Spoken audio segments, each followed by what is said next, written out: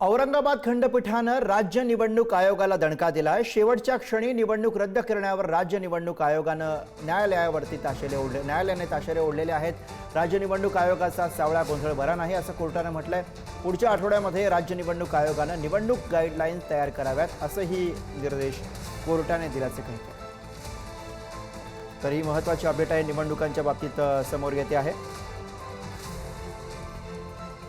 औरंगाबाद खंडपीठाने राज्य निवडणूक आयोगाला दणका दिलेला आहे। शेवटच्या क्षणी निवडणूक रद्द करण्यावरती राज्य निवडणूक आयोगावरती न्यायालयानं ताशेरे ओढलेले आहेत। राज्य निवडणूक आयोगाचा सावळा गोंधळ बरा नसल्याचंही कोर्टाने यावेळी म्हटलेलं आहे। पुढील आठवड्यामध्ये राज्य निवडणूक आयोगाने निवडणूक गाईडलाईन्स तयार कराव्यात असे निर्देश हे कोर्टाकडून देण्यात आलेले आहेत। निवडणूक निकालाच्या एक्झिट पोल जारी करू नका असंही कोर्टाने यावेळी सुचवले। त्याचबरोबर येत्या 21 डिसेंबरलाच मतमोजणी करा असंही कोर्टाने म्हटलेलं आहे।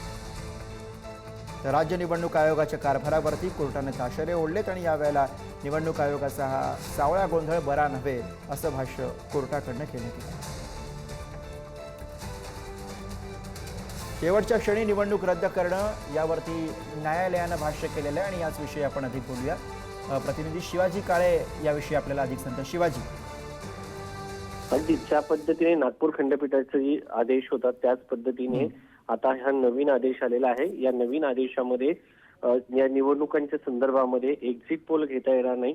त्याचबरोबर दोघांची ही मोजणी ही एका दिवशी होणार आहे आणि या सगळ्या प्रक्रियेच्या संदर्भामध्ये औरंगाबाद खंडपीठाने ज्या पद्धतीने नागपूर खंडपीठानं झापलं होतं त्याच पद्धतीने राज्य निवडणूक आयोगाला ताशेरे ओढलेले आहेत आणि या सगळ्या कार्यपद्धतीवरती प्रश्नचिन्ह उपस्थित करण्यात आलेलं आहे।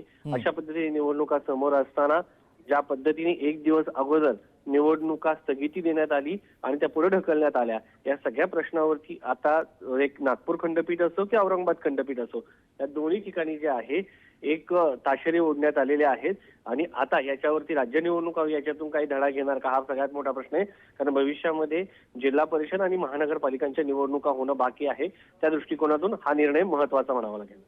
अगदी धन्यवाद शिवाजी, आपण दिलेल्या सगळ्या सविस्तर माहितीसाठी।